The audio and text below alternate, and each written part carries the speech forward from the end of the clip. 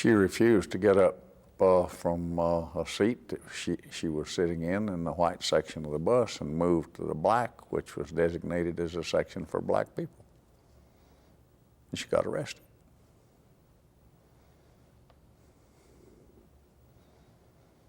So she had a lawyer named Clifford Durr that filed a case for her, challenging segregation on public facilities. And it involves state statutes. The law requires that 3 judges sit when the constitutionality of state statutes are involved. So the judge before whom the case is filed is automatically a member of the 3-judge court. And then the rules require 1 circuit judge, and the other one can be a circuit or a district judge. So when the case was filed, I wrote the chief judge and asked him to set up a 3-judge court. So he designated the other 2 judges. Sebring Lynn, district judge in Birmingham, before whom I practiced when I was a lawyer for years. And Judge Reeves was a circuit judge, and he lived here. So after the case was submitted, we went back in my chambers here on this floor. We heard the arguments here in the courtroom, this courtroom. And Judge Reeves says, "Frank, you're the junior judge. How do you vote?" I said, "Well, I'd vote to declare it unconstitutional." The segregation ordinances and the Alabama segregation laws on public transportation. He asked Judge Lynn, said, "How do you?" He says, "I would not give them any relief." Says, "I don't believe it's unconstitutional." And Judge Reeves says, "I agree with Frank Johnson." So Judge Lynn dissented, and we declared it unconstitutional. It's basically unconstitutional when you segregate people on public facilities on the basis of race.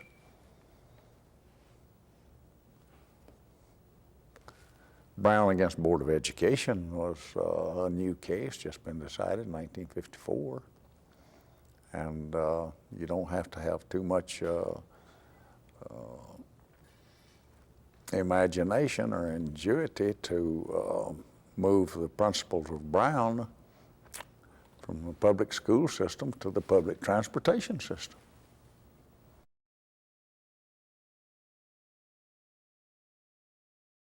Afraid of each other. What's this my neighbor going to say if I get on this bus and ride with these black people? What's my employer going to do to me if I associate with them? What's the people in the church going to do? Isolate me if I'm friendly to them, if I don't support the segregation. Afraid of each other. It's the only thing that makes sense at all as to why. Because there were a lot of people that were otherwise basically honest and fair that were scared to death, absolutely scared to death, not to participate in segregation.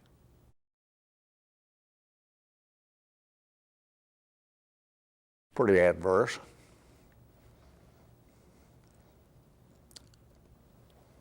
I had my telephone unlisted to keep my family from being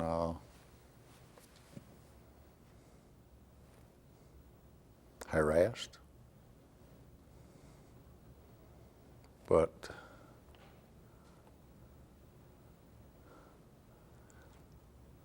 my personality and my background and my heritage and all of that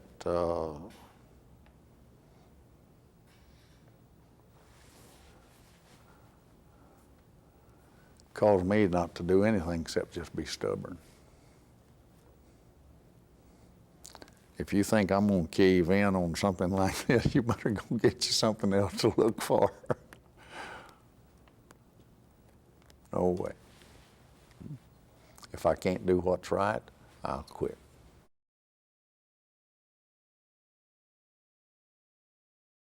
Yeah, some boys, high school students. Yeah. The FBI made a case against them,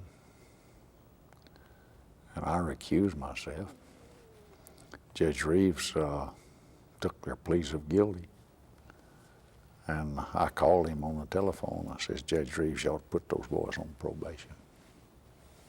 Don't send those high school students to penitentiary. All they're doing is implementing what they hear at their breakfast table. And that's what he did.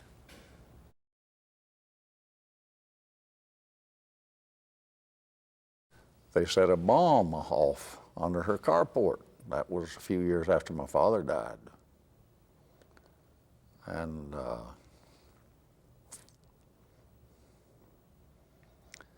she had just gone upstairs from her kitchen, and the bomb blew the windows out in the kitchen and all the way across through the breakfast room and through the dining room and the other side of the house. But she didn't get hurt, and she didn't get scared. She didn't get intimidated. When I went over there a few minutes later, after I'd been called by the FBI, I said, Mother, you ought to come over and spend the night with us. She said, I'm not leaving my home. I'm staying right here. She refused to leave.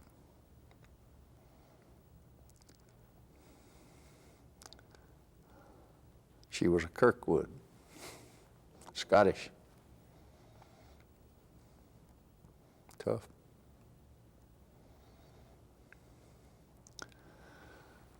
When the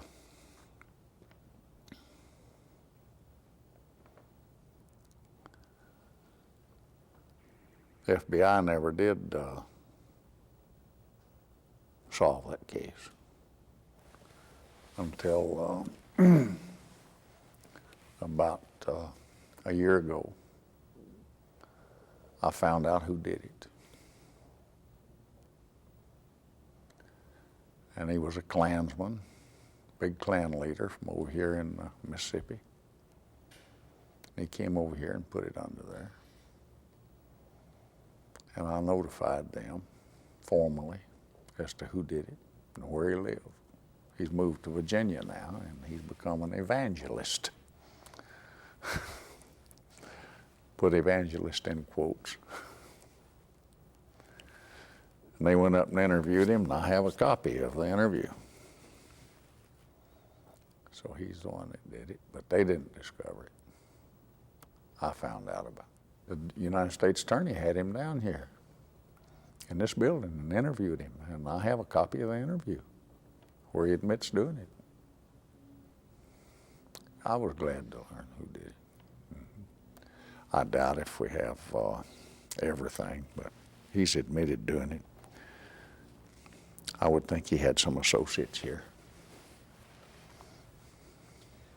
He couldn't have found a place on Southmont Drive here in Montgomery at night if he didn't have someone to help him. A lot of things like that were done. A lot of things. He thought it was my house, he says. That's in the statement he gave the FBI. And that may be true, because my father, I had the same name.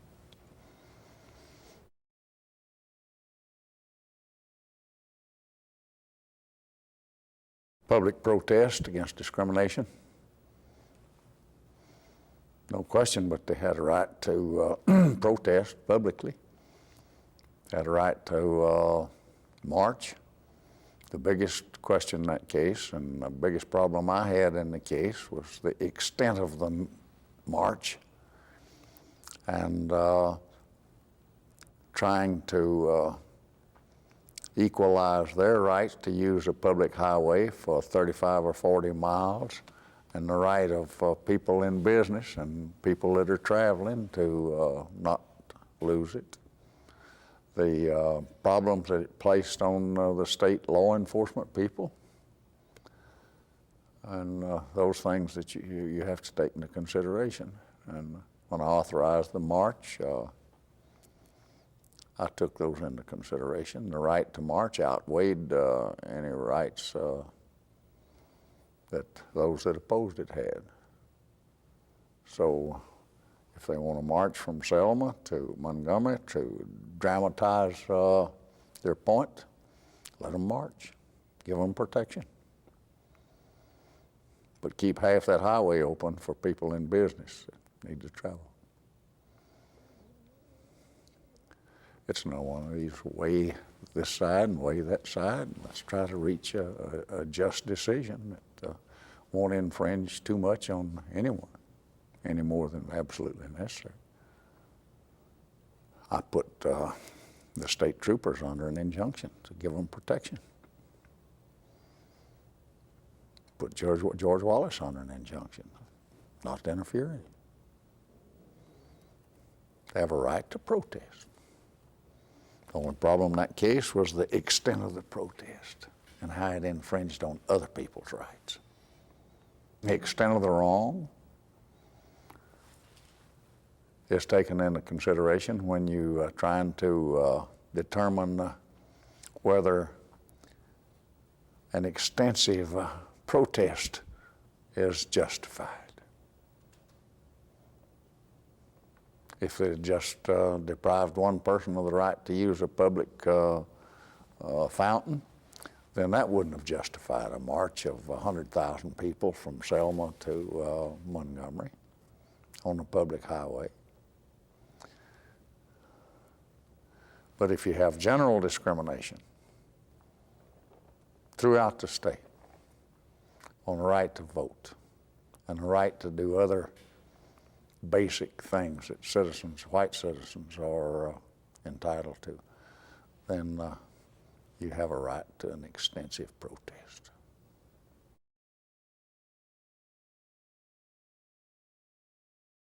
Maybe. Mm-hmm. Depends on your morals. A lot of people think that the right to abortion is morally wrong. And the other side thinks the right to prohibit it is morally wrong.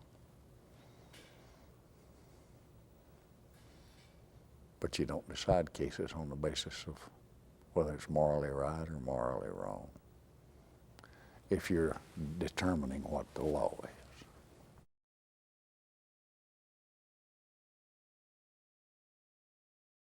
That's because the emotions get involved in it. Finally, we just entered an order desegregating over 100 public schools in the state of Alabama. Took the whole thing over. And that was the beginning of the end of school desegregation in Alabama. Stop focusing just on one school, one small school system, or one large school system. Put them all in. You get us a plan that will desegregate, eliminate discrimination on the basis of race, file a formal plan, put your superintendents and the Board of Education in each school system under an injunction to do that. So I held court here on Saturday, every Saturday for 6 months, letting them bring those, you had over 100 school systems. Let them bring those plans in, present them, hear the other side, either adopt them or send them back to revise it. School desegregation? White people don't want their children to sit with, eat with, get acquainted with, play with black children. It was something that had never been done in this section of the country, and it was an emotional thing with them. And some black parents had some emotional problems about being required to send their children to predominantly and former all-white schools. So it wasn't just on the white side.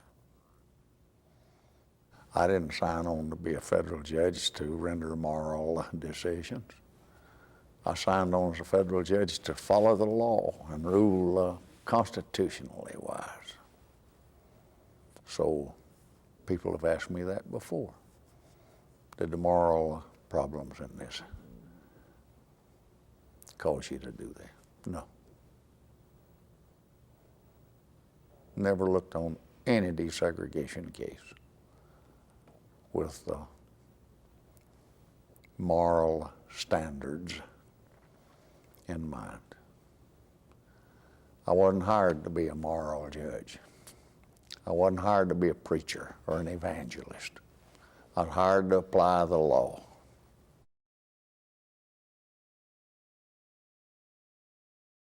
I had no problems with desegregation cases. Discrimination on the basis of the race is basically unconstitutional. I don't care whether you're on a bus or anywhere else. Now, you run into some problems when you get in genuine private clubs, but that wasn't what we were involved in.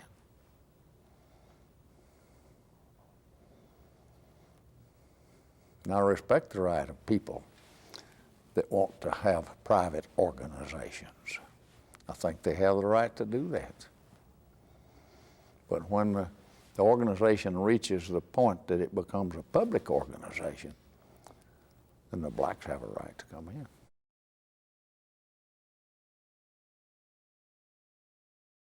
I didn't know her, but she was some lady that came down here from Michigan, I believe it was. Drove her own car to participate in the Selma March. And the facts that came out after she was killed revealed all of this. I never heard of her.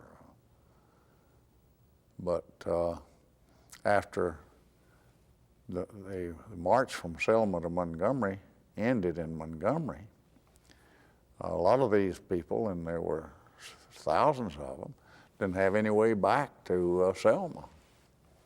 And she was using her car to take them back. She was white. And she had just taken a load, according to the evidence that came out, back to Selma. And she and a young black, about 15 or 16 years old, were coming back to pick up another load. And these Klansmen that were down here to see what they could do to intimidate or something, had been here to Montgomery and watched the march some. The marchers come in. And then they went to Selma. And they saw her or met her as they were going to Selma. And she was coming back here with a young black sitting up front with her with the Michigan tag on.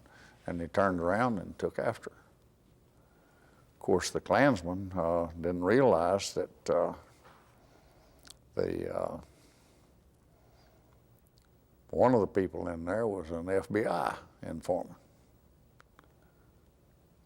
And that's the reason we knew all about it. He'd been an FBI informant for years and a member of the Klan. FBI had informants in every Klan. Stupid if you don't, you know. You don't know what's going on. You don't know what's going to happen before it happens. So the FBI informant that was in the Klan car reported it as to who did it. And I tried them right here in this courtroom. They weren't charged with a federal offense. The only thing they were charged with here after they were acquitted in Lowndes County, the state prosecution, was violating their civil rights. Had a maximum of 10-year sentence.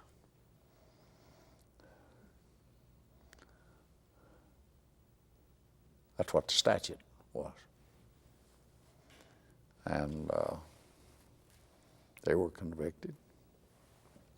I gave each of them a maximum sentence. They appealed it. One of them died while the appeal was going on. I've forgotten his name. But the other two served their sentence. The federal government doesn't get involved in basic criminal laws. That's still left up to the states. We have a law that federal law prohibits you from murdering the president or federal judges, but not just an ordinary citizen. On the state highways, it's no federal violation, except violating civil rights. It's the only thing they could charge them with in the federal court.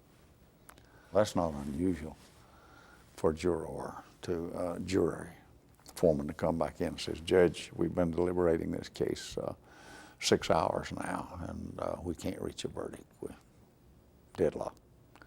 I said, "You haven't been discussing it long enough. Go back to the jury room." I said, "In that case," I said, "it took several days to try this case. You're going to stay in the jury room." Send them back. I think I sent them back 2 or 3 times. They didn't want to return a verdict. Some jurors were scared. You had the Klan defendants. They were being asked to convict Ku Klux Klanmen. They were scared of them.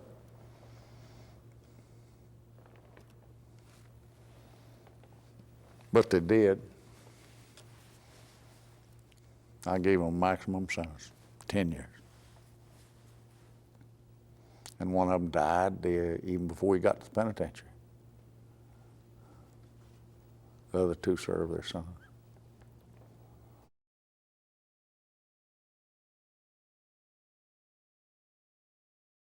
After the Bush decision was affirmed by the Supreme Court,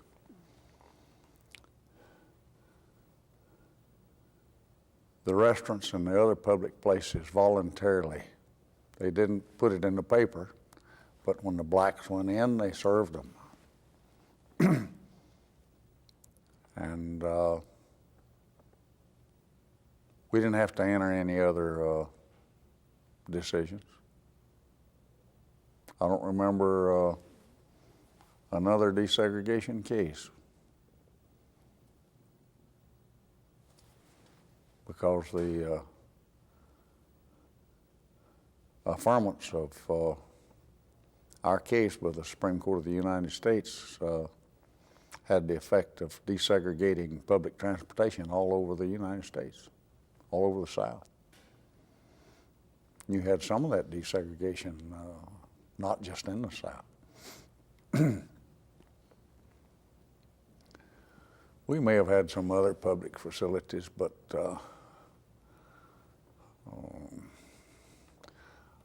I think Auburn University turned down a black student.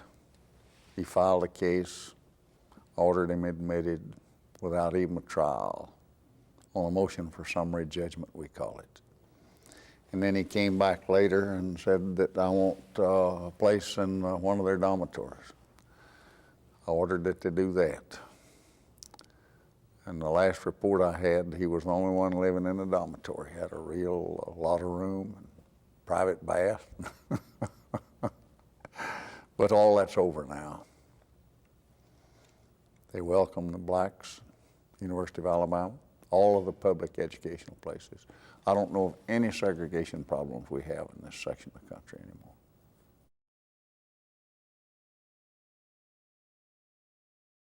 That was about discrimination in registering to vote. Black people were not welcome to register, and you had each county had a board of registrars, and they gave examinations, and they were very difficult. They used different standards for grading them, and when Ms. Johnson and I moved to Montgomery in 1955, we had to go to the Board of Registrars, take a very complicated examination.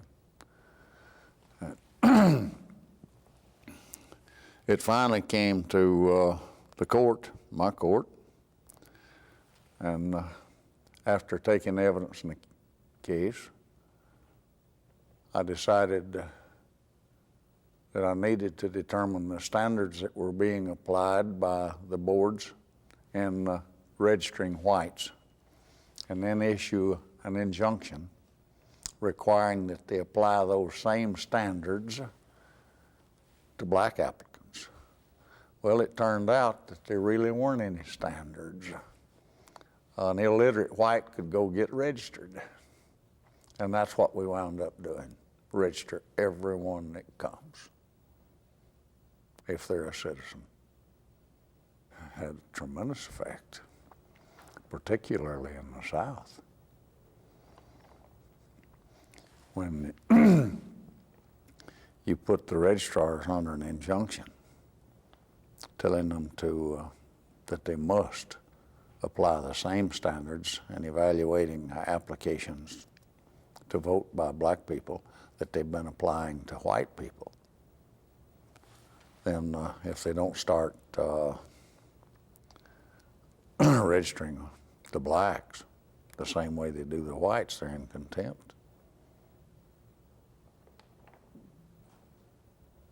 So all you have to do down here in this section of the country now is just to go to the Board of Registrars and sign up. You don't have to fill out these big, long, stupid forms.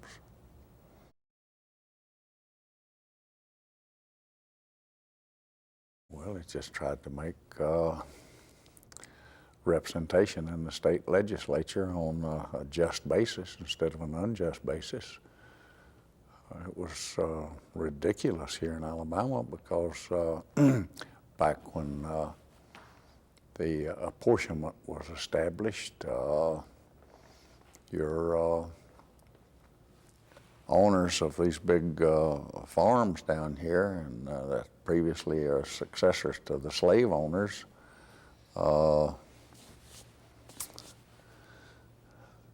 they owned the most land, and they had the least population in the county. It discriminated against these counties up in North Alabama that had a lot of population. And you might have 25,000 people in a North Alabama county, and they just had one member of the legislature. You've got 3,500 people in a county down here, and they had one member in the legislature. So let's put it on the basis of population instead of on land.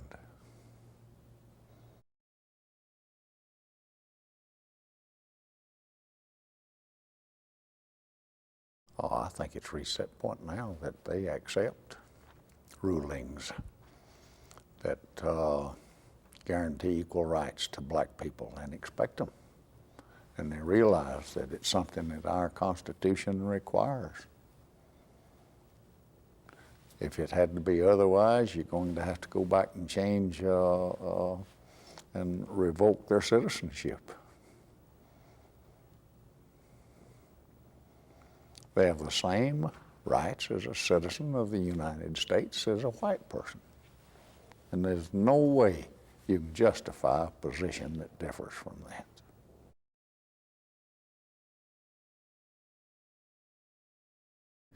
I don't consider having, quote, stuck my neck out, end quote.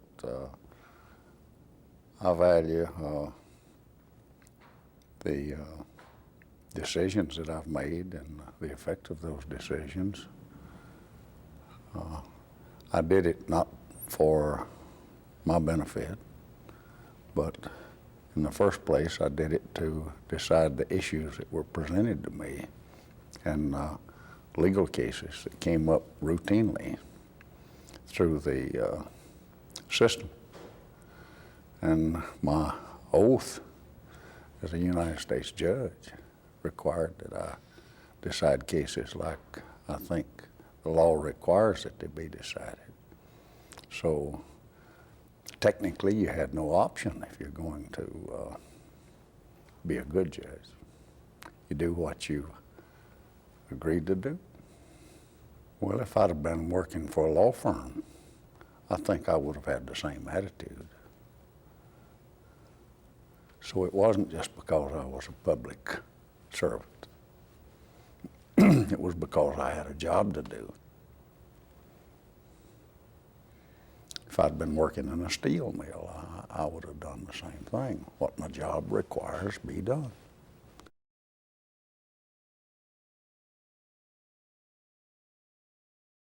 Getting to the history part of it, when the Confederacy seceded from the Union, Winston County passed a resolution at a public hearing over at Looney's Tavern in the eastern end of Winston County, seceding from the state of Alabama, and reaffirmed their allegiance to the United States. And I'd always been proud of that. It was a good thing to have done. Had I been there, I would have attended the conference and refused to secede from the United States. That's the history part. The people in Winston County generally are very independent. They think for themselves. You don't have any rich people up there. You have poor people. It's in the hills in northwest Alabama. There are no big cities there. Some towns, a lot of farmers. And their standards are very basic. So that's where I grew up.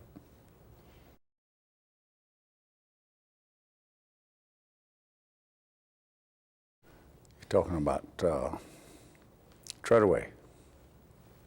He's buried up there in Walker County now at Carbon Hill, which is just a mile or two from where the old Treadway Johnson farms were. And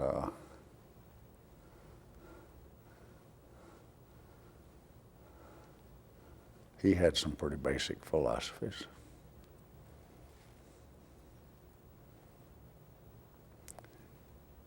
When the South seceded from the Union, he went up to Decatur, Alabama, at the closest Union group, and enlisted as a member of the Union Army. One on the other side enlisted as a member of the Confederacy, so they fought on both sides. But they were doing, in each instance, I assume, and I have no reason to believe otherwise, that they were doing what they thought was right. Well, he was a farmer and grew horses. He had his own horse track. They raced horses. Don't ask me if they bet on them. I don't know that. I would guess they did. That was their weekend entertainment. Big farms. No money. A lot of work. I didn't come from rich families. I came from poor families. Sheriff from Fayette County. Klan gave him a hard time. He gave them a hard time. My family had been opposing the Klan for over 100 years when I came down here. So they had someone that was hard to intimidate. Can't do it.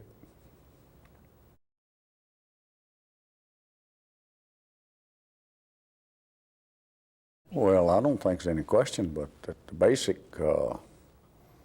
concept that a good judge has to have is to do what's right, regardless of who the litigants are, regardless of how technical, or regardless of how emotional the issues that are presented are. If you're not willing to do what's right, then you need to get you another job.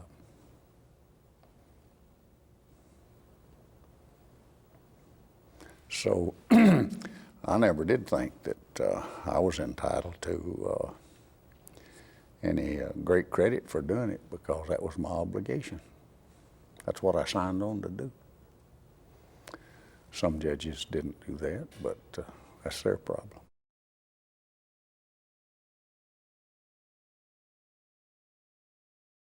Oh, when I was 12, 13 years old, sitting in the courtroom, that county courtroom up in the country there in Winston County, watching these lawyers, watching the judge. Sure, I wanted to be a lawyer ever since then. It was exciting. They were advocates. They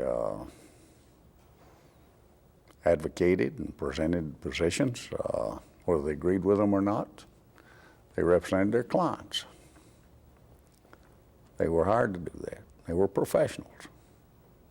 Very interesting. Fascinating to me. All trials have some dramatic aspects to them, some more than others. We've tried some big ones in this courtroom, big ones. I've had Klan members sitting all over in the balcony and everywhere else. They come to intimidate you.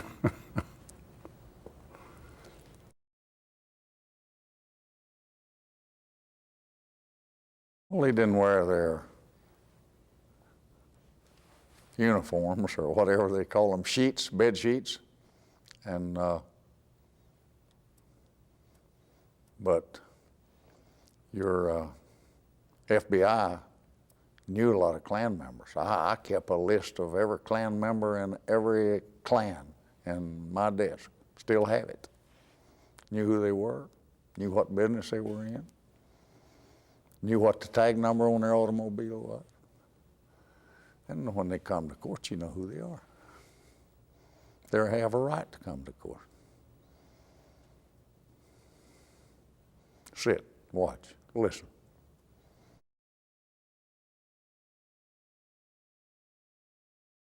No.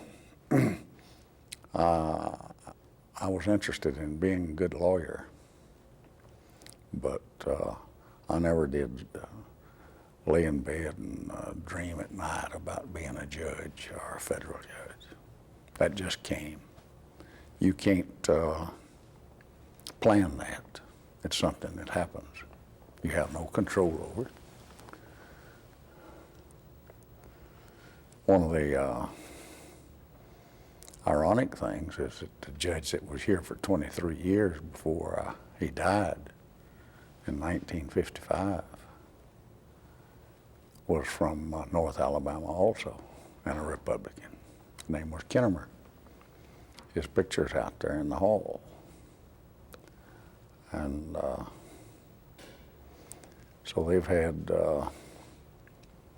Republican North Alabama judges here in Montgomery for over 50 years. When I went on the Court of Appeals, newspapers sponsored a lawyer down here in Montgomery for the position, and he didn't get it. Says they went up in North Alabama and got that foreigner. That was a Montgomery advertiser. They didn't sponsor me or support me very much for 10 or 12, 14 years because of that.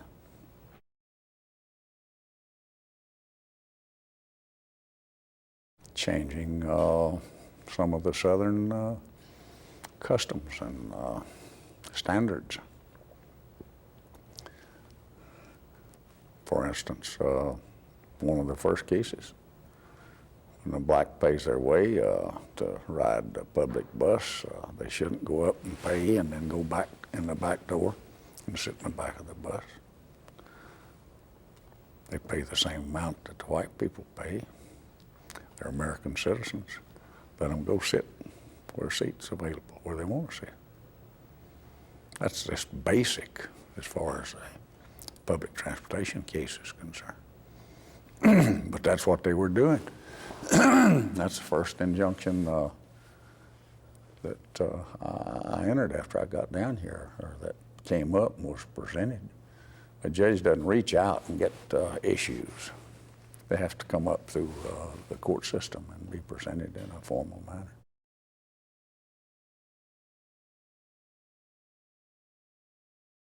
Well, the people that I could see that practice law and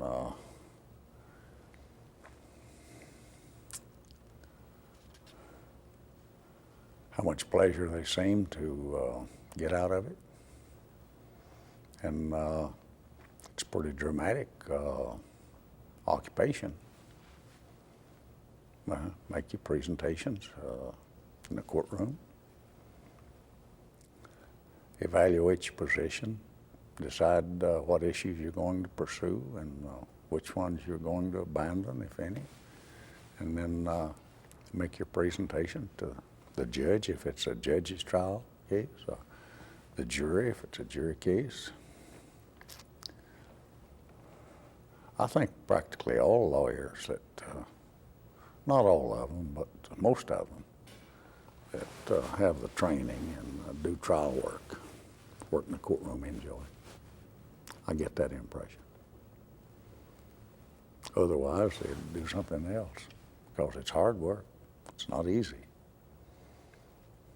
A lot of pressure.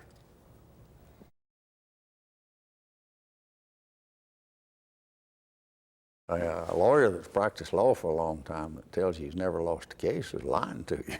You don't win all your cases because you don't make the facts.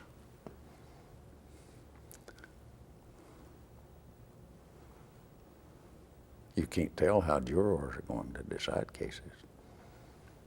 And sometimes you can't tell how a judge will decide a case. So if you practice law any length of time, you win some and lose some. You get a lot of satisfaction out of winning. But you look to your next case when you lose one. And you shouldn't feel bad about losing it if you do the best you can with what you have. If you goof up and don't do the best you can, then it's time you backed up and evaluated yourself and what you're doing. But if you practice law, you don't win all cases. Best surgeons in the country lose patients.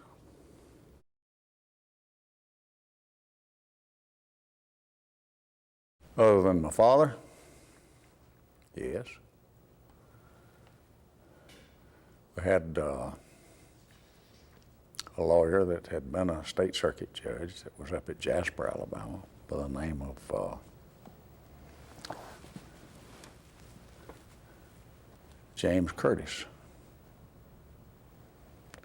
And he wasn't too much of a trial lawyer. He didn't like the courtroom too much, but he was a great lawyer. And I agreed to practice with him when I first started the law school. And I got out of law school right before I left to go to World War II. And he paid rent on chambers for me that were adjoining his chambers for 3 years. He was a great, great lawyer. We worked on Saturdays, locked the door at the office, did our briefing, and he knew the law well enough to say, Frank, this issue was discussed in such and such a case.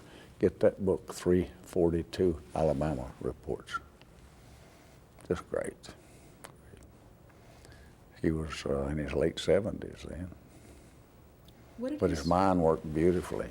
We named our son for him, James Curtis Johnson.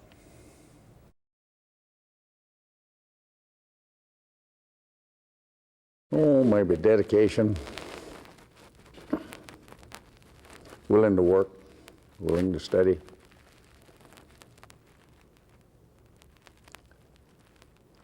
After I was there 2 or 3 years,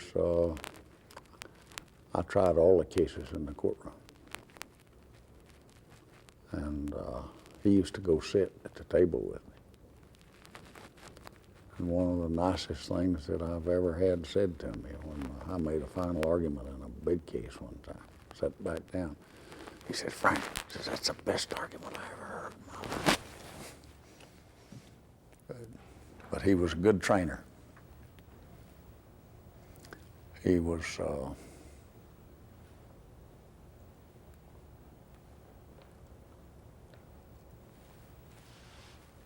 something that causes you to do the best you can to try to meet the standards that he stood for.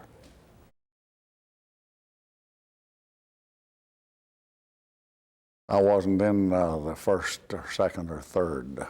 I went in 2 days later, but they weren't 300 yards from the beach. So I was in the Normandy invasion in that sense. I helped get through St. Lo. After we broke through St. Lo, we went across France. I was in Patton's Third Army. I was a lieutenant in the infantry. I got shot once in Normandy. Stayed in the hospital 11 days. Went back still with the bandage on, and they left the bullet in there. It's still there. They said it'd take you 3 months if we operate and cut it out. Says you can get back in 10 days if it stays in. So they filled it full of that stuff that was just out. What'd they call it then? Powder.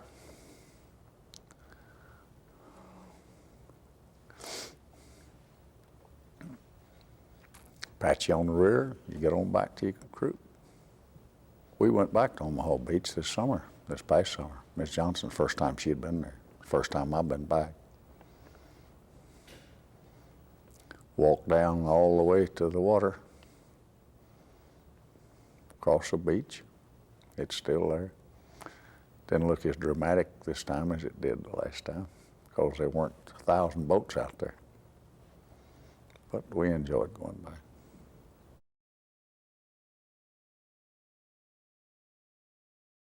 You don't buy or work for or aim for federal judgeships.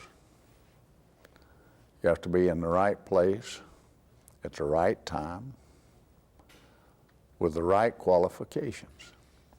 And there are a lot of great lawyers that wanted to be federal judges that were not in the right place at the right time. I was, and I didn't plan it. It's something you can't plan. When I was practicing law,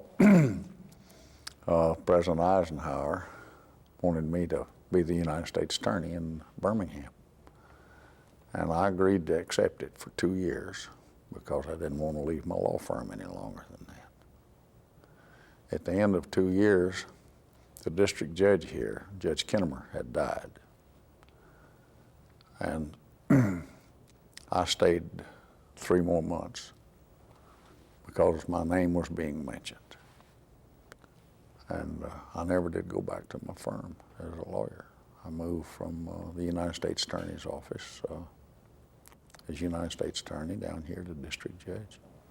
Judges are appointed in 99% of the cases because they're in the right place at the right time and are associated with the political party that controls the appointments. And my people had been Republican since the Civil War. So I met those qualifications. And age-wise,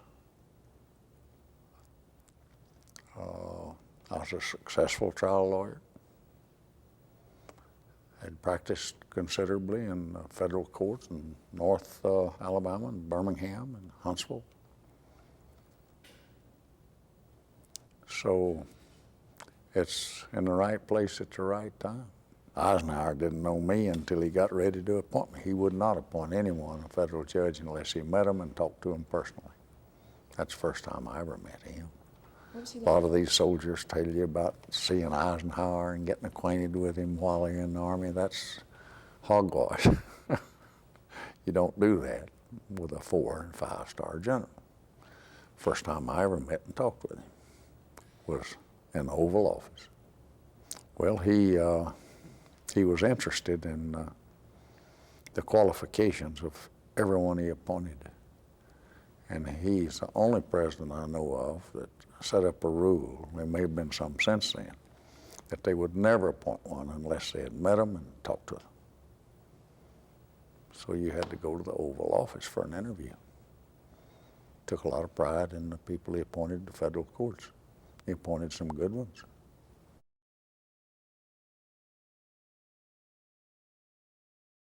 Well, I didn't have any feeling about how the state mental institutions were being operated until the evidence was presented, and I considered it. And after I did consider it, it became obvious to me that they were being treated in an inhuman manner and in an inhuman environment. And they have a constitutional right, not one to keep them being put in a mental institution, but if the state puts them in one, they have to put them in an environment that doesn't violate their constitutional rights. And that's what the case was about, and that's what the decision was about. You either stop running a state mental hospital, stop operating one, or operate it one according to what the appropriate standards are.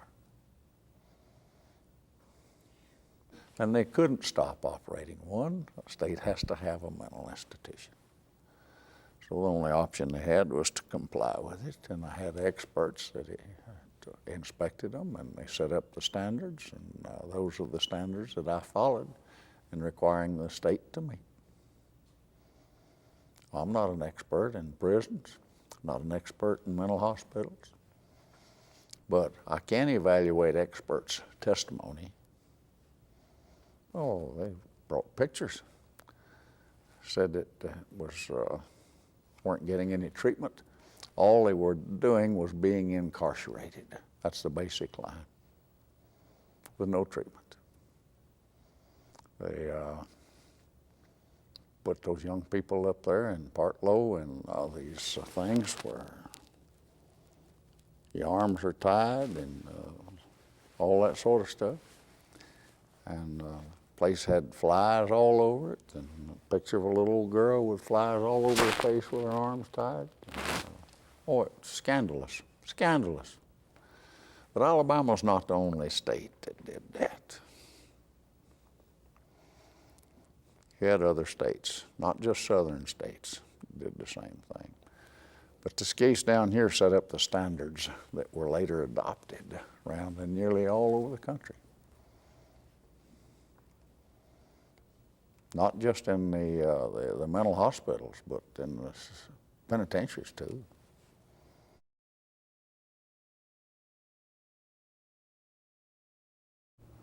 That's Alabama state case. And I think I wrote the opinion in that case. Blacks discriminate against whites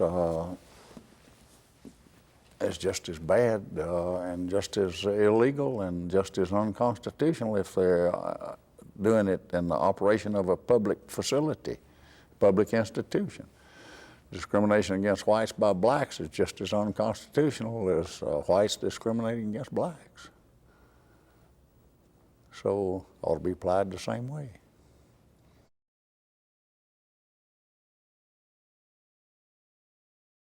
I was appointed director of the FBI, and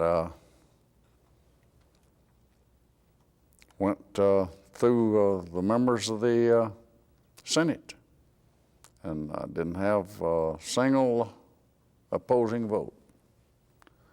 And just about that time, I went for a physical examination because I was having to give up a life salary. And I needed to buy $400,000 or $500,000 worth of life insurance. And my physical examination showed that I had an aneurysm here about the size of a lemon. And they sent me to Birmingham to the University Hospital 2 days later, and it was the size of an orange. And by the time I got to Houston Hospital in Texas, they operated on me the next morning after I got there. was the size of a grapefruit. They gave me a picture of it. So saved my life. The appointment as director of the FBI saved my life. After about a month, I realized it was going to take me 2 or 3, 4 months to get through, and I asked the president to withdraw my nomination so we could go ahead and get someone in there because they needed some leadership. And he asked me who I thought. I told him to call Bill Webster, and Bill accepted it. So after I got well, I went back to work, and the president called me in '78, I guess, says, will you take a place on the appellate court? I said, yeah, I will.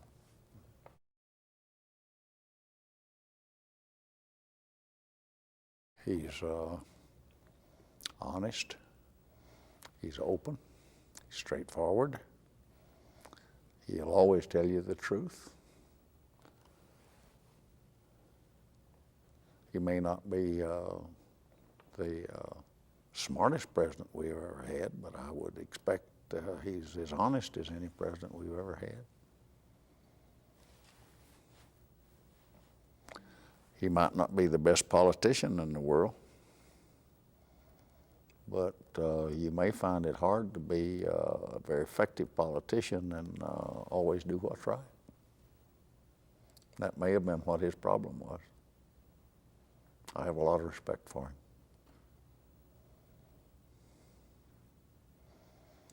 Not because he appointed me to anything or offered me.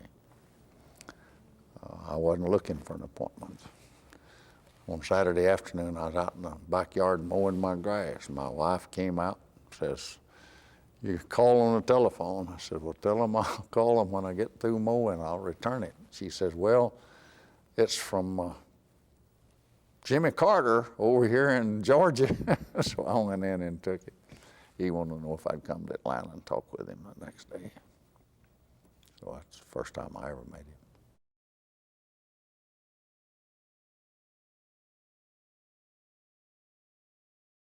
He's a great man. He, at that time, was probably the most outstanding surgeon in the world. First time I was ever out there, 3 or 4 days after he operated on me, he says, I've got to go to China. He says, so-and-so will be in here to see you 2 or 3 times a day, another doctor. He said, I'll be back in 5 days. He had to go operate on someone. In China, took his whole staff. I've been out there several times. He's operated on me 4 times. These arteries in my legs and this Dacron aorta I have in my abdomen. We got to be good friends. A man of high integrity too, I'll guarantee you that. He's dedicated to his work. I didn't know him when they found this aorta. I came back from the University Hospital Birmingham. My doctor was at my home. And I asked him, I says, where's the best place in the world to go? I don't want a second-class doctor. Who's the best one?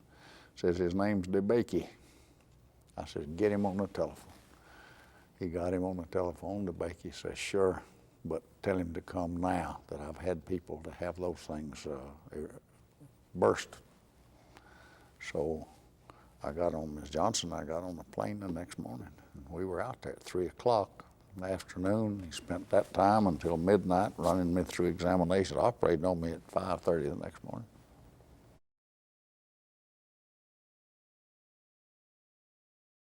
Steady.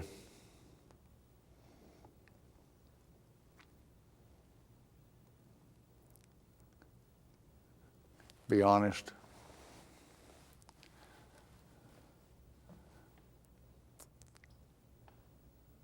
Don't violate the laws and get in trouble.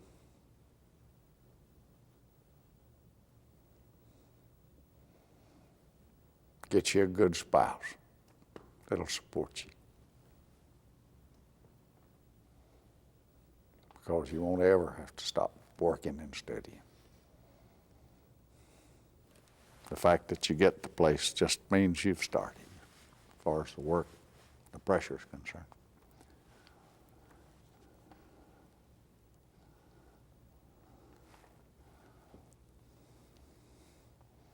That'd be the only advice I'd know to give them.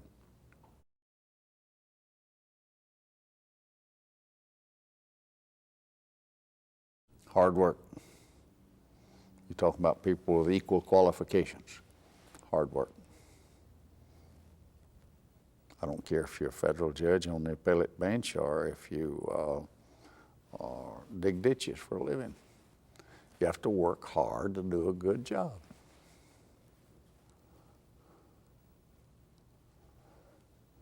That means you can't just walk in the courtroom and not know anything about a case. You have to study it before you go, and when you get out, you have to study it before you write an opinion.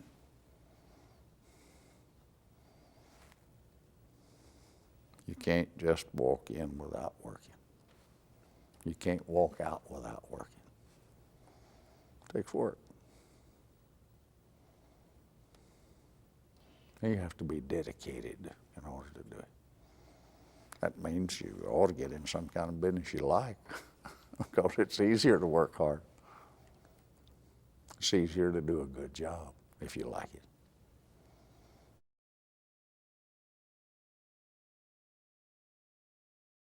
None. When you're an appellate judge, none. Because the record's already made. The issues are already formulated. The law, in most instances, exists that controls the issues that are presented. So it's just work. Nothing innovative about being an appellate judge unless you have some case that comes up that's there's no precedent for, and nothing to bind you. I think we've made a lot of progress in the last 20 years in the criminal justice system. Back when I first became a federal judge, there was no basis for paying a lawyer that you appointed to represent an indigent defendant. So you had to appoint lawyers that were willing to do it.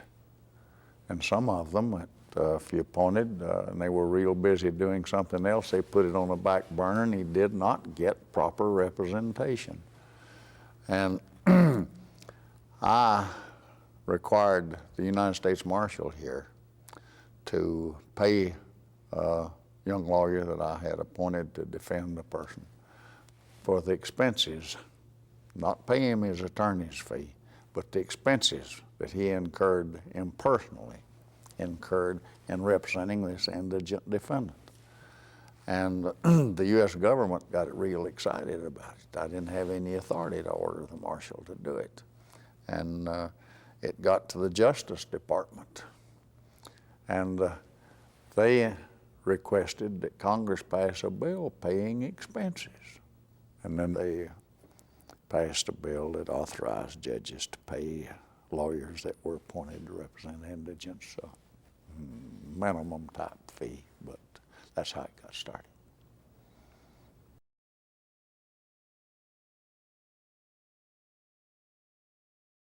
No. Mm-mm. I've seen some people whose human spirit was dark, but you're talking generally. No. I operate on the theory, and I think it's right, that most people are basically honest and want to do what's right. And if I didn't believe that, I don't believe I could get along. And unless they prove otherwise to me, I operate on that theory. I intend to keep doing it. I'm not a crusader in the decisions that I've rendered while I'm a judge for this reason. I did not make the facts, and in most instances, I did not apply law that didn't already exist.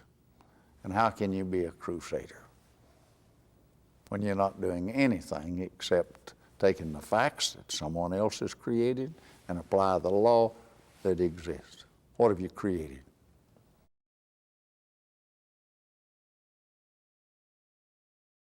I wouldn't try to encourage them to pursue the legal profession unless they had some inclination to get in it or some interest in it and were genuinely inquiring with an open mind as to whether they should.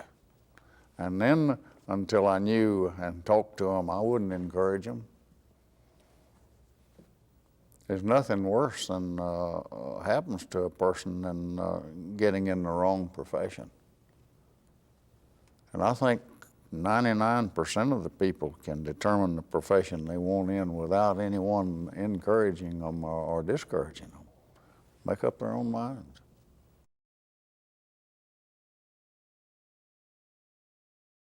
Because it's so important in the continued existence of our society. We can't continue without laws and without the application of laws and without the application of laws in a non-discriminatory manner. You'd go back before we ever had a constitution. You'd go back before we ever had a government, and everyone would govern themselves. And you have to have the laws. And if you have the laws, they have to be abided by, and if they're not abided by, you have to have someone to enforce them. Society requires it.